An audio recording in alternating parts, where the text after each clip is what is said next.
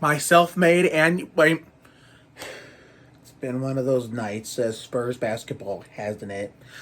So my annual, yearly, traditional, self-made birthday video is taking place tomorrow at my birthday dinner with my dad, stepmom, and my other half, El Amor de mi Vida, Emily. After my birthday episode of bowling we're gonna spend together, and of course, special birthday session with Cassie. So therefore, I have to get this out tonight. That way there's some parody involved, and it's not because the last several consecutive videos have been, Spurs game reviews. So this is a little bit different, but also quite a bit the same. It's an instant reaction. That way, since this is the birthday game and this was going to be addressed regardless, but I'm going to make it an instant reaction because I just want to have some downtime before we go, stack them up like Kenny Wallace and play some birthday bowling tomorrow. So, therefore, instant reaction to my birthday game versus, the Celtics. First of all, we came out flat tonight because basically why we shit the bed from flag to flag. We did get within 8. The closest we got was within 8, but we could never get over the hump because the Celtics would come storming right back. And of course, we shitted bricks from downtown. I mean, we did make some progress, but if you thought that was going to remain consistent, you were wrong, unfortunately. I mean, every time we felt like we were figuring it out from three-point land, we start missing over and over. And even when we had the ball for we had the steal or the defensive rebound, we would not hold on to it properly and give Boston opportunity that should have not been there, that they shouldn't have gotten, that should have been ours to eat into their lead. We could have got it down to maybe 6, maybe 5 or 4, if maybe even a little teeny bit less than that, had we got those rebounds properly that we almost got. But as the old saying goes, how they always say second is the first loser when it comes to NASCAR. With Daytona 500 qualifying tonight and Gatorade 21-25 tomorrow night during my birthday dinner, and the 3 races we're going to get for my whole birthday weekend. Trucks Friday night on my birthday eve. My real birthday, with the Napa 300 and the Daytona 500, weather permitting. So help me God if it rains, considering, Emily will be here. We're just going to have my mom go pick her up because her mom don't drive. So it's kind of made it a little hard, but we made it work. So my dad's picking her up tomorrow on the way to come get me because my stepmom gets off at 5. So he's going to pick her up first, then my girlfriend, and everybody will be in the car waiting for me when he gets here. So therefore, I'm going to tell my mom exactly what's the deal is. So therefore, with all these races that are coming up, what was I saying? Oh yeah, with all these races coming up, because you know how they say in that NASCAR, second is just the first loser, even though I'd rather finish second than 43rd. Well, in basketball, they say, the basketball version of that is almost doesn't count. Had we, made those 50%, rebounds and steals into full on 100% rebounds and steals, then we would have had a better shot. But unfortunately, with this Spurs team, unlike Duncan's Spurs teams all those years ago, with and after David Robinson, then guess what? This is the result we're going to get. I mean, we're not going to go to the play-in if this shit keeps up. You know what I'm saying? And I guess Wemby doesn't want to make his first playoff appearance this year, and we'll be lucky to snip a play-in spot. I mean, we'll have barely earned it, unless we figure things out and go, end the season. It's the All-Star break, thankfully. We got, enough time to think about this while Castle, Wemby, and CP3 are having a grand old time at All-Star Weekend and the Skills Challenge, the dunk contest, and the All-Star Game. But hopefully my man Bassey has enough time to heal up and finally get healthy again, so he and my other homeboy Mamu, can help, Bismack, get more on him in a second. He'll wreak havoc off the bench to help Wemby and Sochan crash the boards and improve the rebounding, and maybe end the season the same way with this team ended the 2021-22 season on a tear. Except it would be a far cry from how that whole season went altogether. This one has gone a little bit better, but we have a chance, regroup ourselves. The rest of the team that's not participating All-Star Weekend can,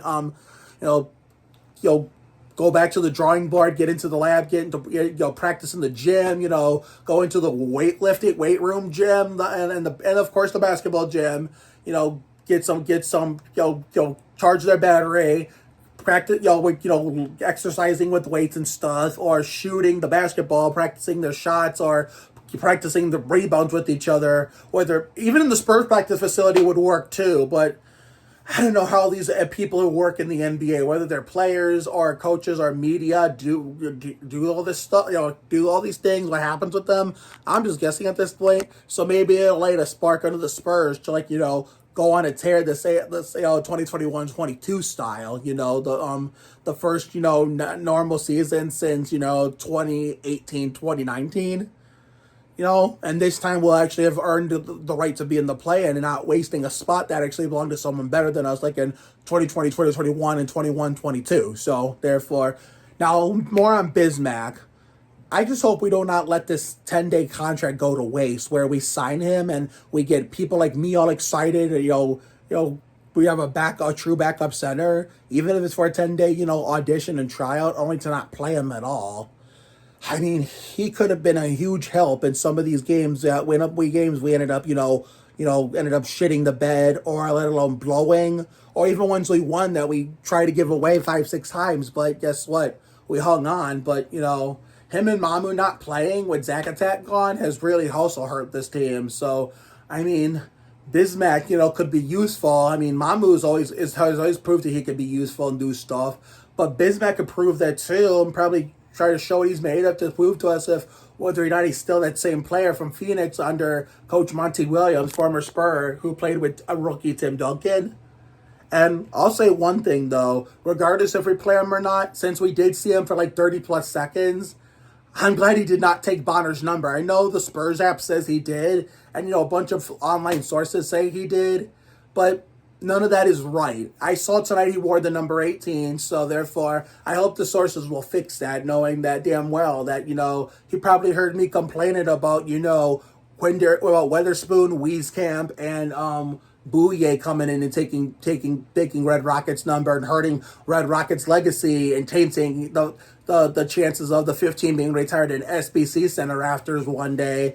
So Hence, he did wear 15 and 18 quite a bit on the teams he went on. He probably heard me complaining about Bonner's legacy with the 15 in the Spurs, so that's why he probably did the right thing and picked number 18. And so, therefore, and now that I'm thinking of it, I know it was in a Kings uniform and I was being, really picky, but I kind of regret not buying that De'Aaron Fox, Funko Pop of Jamie's today. But I'm glad I didn't because I have enough money to stack them up like Kenny Wallace and Coca-Cola at bowling tomorrow with 6 of them from Mark Martin or in Spurs Talk, Avery Johnson. So count that as a blessing in disguise. Funko Pops will be there for us when we need it. The Earnhardt one that we didn't have enough money for the last time we went there.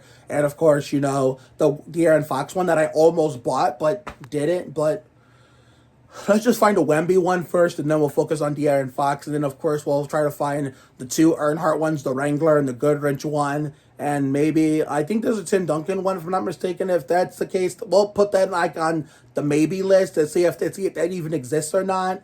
And then, of course, we have to get the younger Alex Trebek from when he had that puffy afro and the classic look of the puffy afro and the mustache from when I was a kid back in Jeopardy's heyday. So, therefore, yeah, just another down night. I mean, we got our asses kicked straight up. So congratulations to all the Celtic fans, like including Jessica Marie Garcia and her husband, Adam Sillereer. So therefore, I will see you all for my annual self-made yearly birthday video. As we do as it's a tradition each and every year. I will be doing a review of the truck race on Friday and on my birthday eve after my pre-birthday celebration or my birthday eve at my work with my other half. Maybe you'll see a La Copa de la Vida dance. I don't know. You'll have to see how that comes. When you see how that turn works out, because you just never know. Of course, we're going to do a Bush Series Napa 300 race review Saturday, and then maybe we'll record some random clips of me, Emily, and Kathy having fun. In here. I'll have to make sure I have to have an area set up for them in here where they can actually watch it with me, as long as Mother Nature could stay the fuck away. But I'm not going to let them see that over there because it's a mess. I know my grandfather's trying to work on it, I just hope he doesn't get rid of the wrong stuff that I want to keep. So therefore, because if we invite Emily over for MIS on June 8th for the return of the June race for the Sirius Satellite Radio 400, we have to make sure that it's clean. Because I want we can feel the comfort of relaxing on on something comfortable while also being able to enjoy the race. I mean, at least at MIS there won't be as much screaming as it will be with Daytona, because Michigan is not a super speedway that requires restrictor plates like Daytona. So therefore, we won't. Oh no! After I learned last year when thank God me and my dad didn't go, never say never. I was gonna say, since we never see flips there like we do at Daytona Talladega, I don't say we will never see a flip at Atlanta since this they bastardized the track in 2022. It hasn't happened yet, but a flip will happen. It's just a matter of time.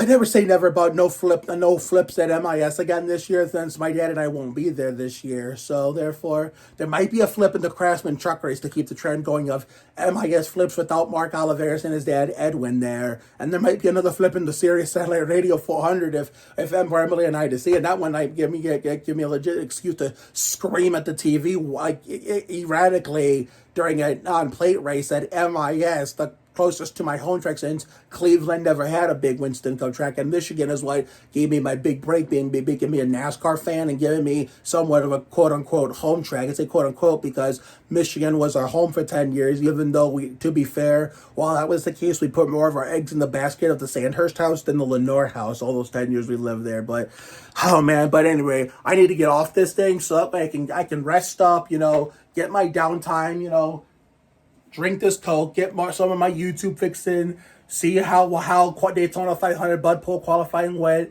and then get ready for tomorrow. So have a good night tonight and a better day tomorrow. Take care, everyone. Good night. I will see you all for tomorrow's self-made, annual, yearly, traditional birthday-made YouTube video, which will be, uploaded at night's end, close to night's end, I should say. And, yeah.